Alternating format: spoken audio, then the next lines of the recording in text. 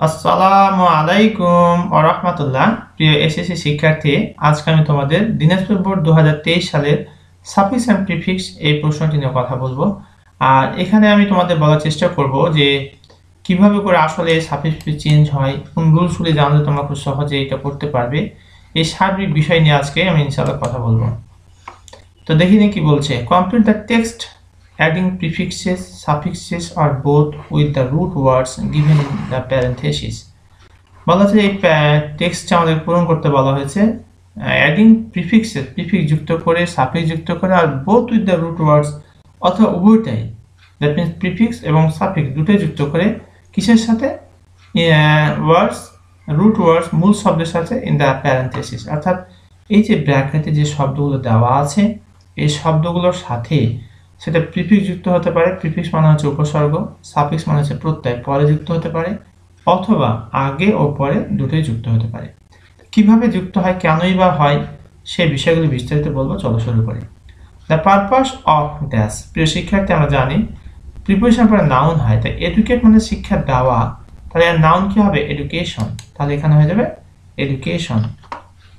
খেয়াল করো এখানে পরে যুক্ত হয়েছে, দ্যাট মিনস এটা সাফিক্স। কি যুক্ত হয়েছে, এটা কেটে গেছে, আই ও এন যুক্ত হয়েছে। এই আই ও এন অংশটুকু হচ্ছে তোমার সাফিক্স, মানে পরে যুক্ত হয়েছে, তাকে বলা হয় সাফিক্স মানে প্রত্যয়।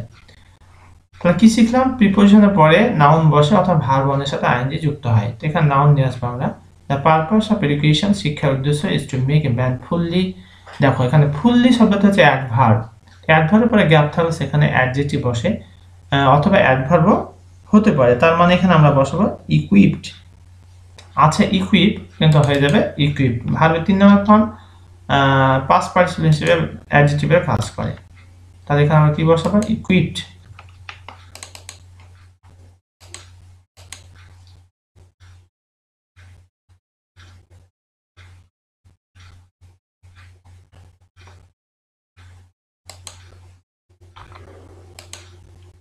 এখানে একটা বিষয় দেখো, ইকুইপ আছে কিন্তু ডবল পি হবে, এই জিনিসটা অবশ্যই আমরা খেয়াল করবো, ঠিক আছে। ফুললি ইকুইপ আদারওয়াইজ কিন্তু রং হয়ে যাবে। তাহলে শিক্ষার উদ্দেশ্য হচ্ছে is to make a man fully equipped, একটা মানুষকে পরিপূর্ণভাবে সাজানো। To be dash, to be এর পরে ভার্বের 3 নম্বর ফর্ম হয়, অথবা আমরা এখানে টু বি ইউজফুল, এখানে আমরা 3 নম্বর ফর্ম না, এখানে হবে ইউজফুল।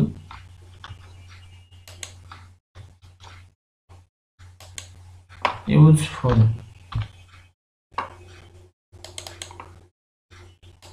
এখানে আমরা দেখতে পাচ্ছি ফুল যুক্ত হয়েছে, দ্যাট মিন্স প্রিভিয়াস সাফিক্স যুক্ত হয়েছে, পরে যুক্ত হয় মানে সাফিক্স প্রত্যয়। To be useful to himself and to society. তো কি অর্থটা দাঁড়ালো, দ্য পারপাস অফ এডুকেশন, শিক্ষার উদ্দেশ্য, is to make a man fully equipped, একটা মানুষের পরিপূর্ণভাবে সাজানো। To be useful to himself, তার নিজের জন্য উপকারী, অ্যান্ড টু সোসাইটি, সমাজের জন্য উপকারী হয়। এভাবে করে পরিপূর্ণভাবে শিক্ষা মানুষকে সাজিয়ে থাকে।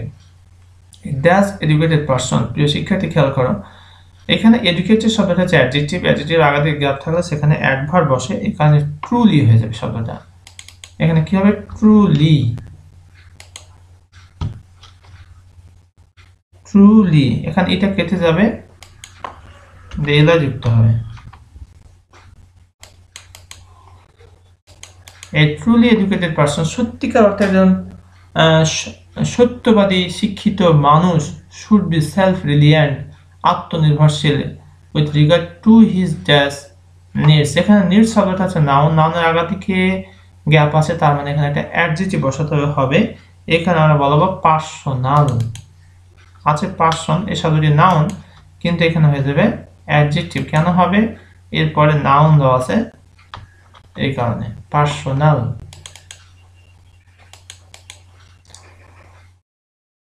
টু হিজ পার্সোনাল নিডস, তার ব্যক্তিগত প্রয়োজনে।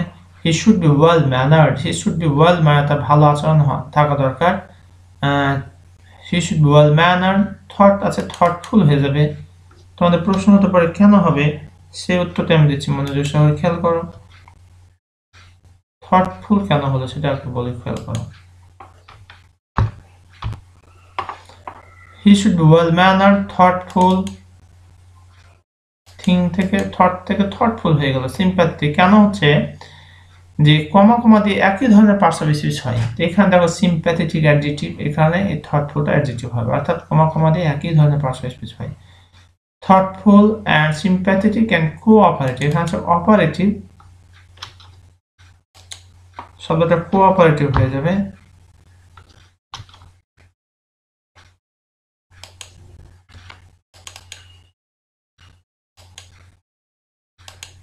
কোঅপারেটিভ, আচ্ছা কবে সহায়ক হতে হবে আর কি। He should be dash, he should be truthful, he should be truthful, আছে এখানে ট্রুথ কিন্তু হয়ে যাবে ট্রুথফুল। কেন হবে?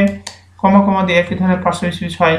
আমরা দেখতে পাচ্ছি কমার পর কি রয়েছে, অ্যাডজেক্টিভ অনেস্ট রয়েছে, যার কারণে এই শব্দটি অ্যাডজেক্টিভ হয়ে যাবে। হি শুড বি ট্রুথফুল, তার সত্যবাদী হওয়া দরকার, অনেস্ট সৎ, পাংচুয়াল নিয়মানুবর্তী, অ্যান্ড ডিউটিফুল, এখানে আছে ডিউটি, শব্দটা হয়ে যাবে ডিউটিফুল। তাহলে ডিউটিফুল যদি করতে হয় তাহলে ওয়াইটা কেটে যাবে, যে আই দেব, এফইউএল যুক্ত করবো, ডিউটিফুল।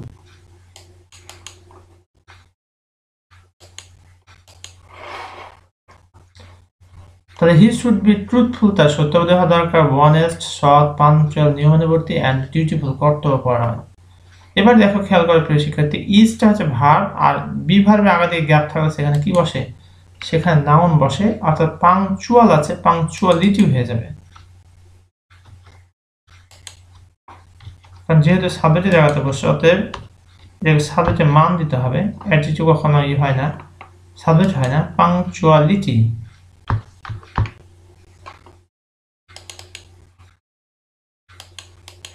তাহলে পাংচুয়ালিটি ইজ এ ভার্চু, অর্থাৎ নিয়মানুবর্তিতা যে একটা গুণ, দ্যাট মেক্স এ নেশন, যেটা একটা জাতিকে তৈরি করে, prosperous, makes a nation prosperous, আছে এখানে প্রসপার হয়ে যাবে প্রসপারাস।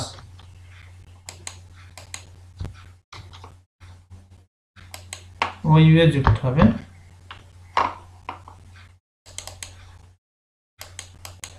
অ্যান্ড এডুকেটেড পারসন, শিক্ষিত ব্যক্তি, ট্রাই, চেষ্টা করে, টু ড্যাশ, এখানে আমরা জানি টু হচ্ছে প্রিপোজিশন, প্রিপোজিশন, এই প্রিপোজিশনের পরে ভার্বের বেস ফর্ম হয়, এই কারণে এখানে আছে মুভ, কিন্তু হয়ে যাবে মুভ।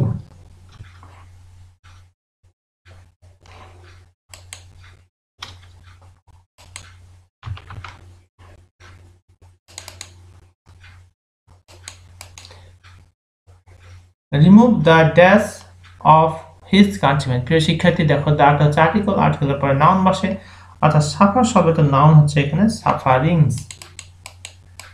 যে কথাগুলি বলছি মনোযোগ সহকারে যদি স্মরণ রাখতে পারো ইনশাআল্লাহ অবশ্যই ভালো করবে। সাফারিংস,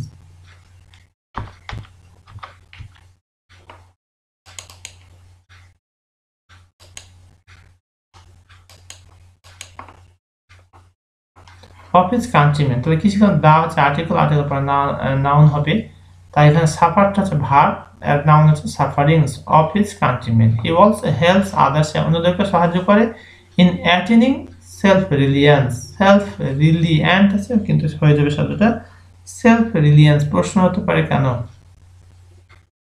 এটা সেলফ রিলিয়ান্স।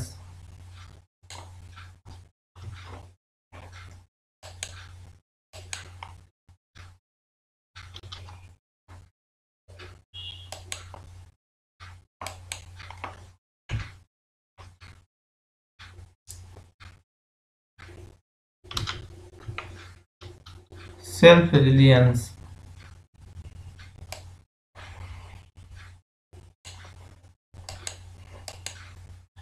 ইনটা একটা প্রিপোজিশন, অ্যাটেনিং সেলফ, প্রিপোজিশনের পরে একটু পরে আর একটু পরে নাউন দিতে হয়, তাই এখানে নাউন হয়েছে self attaining, self attaining, in attaining self রিলিয়ান্স।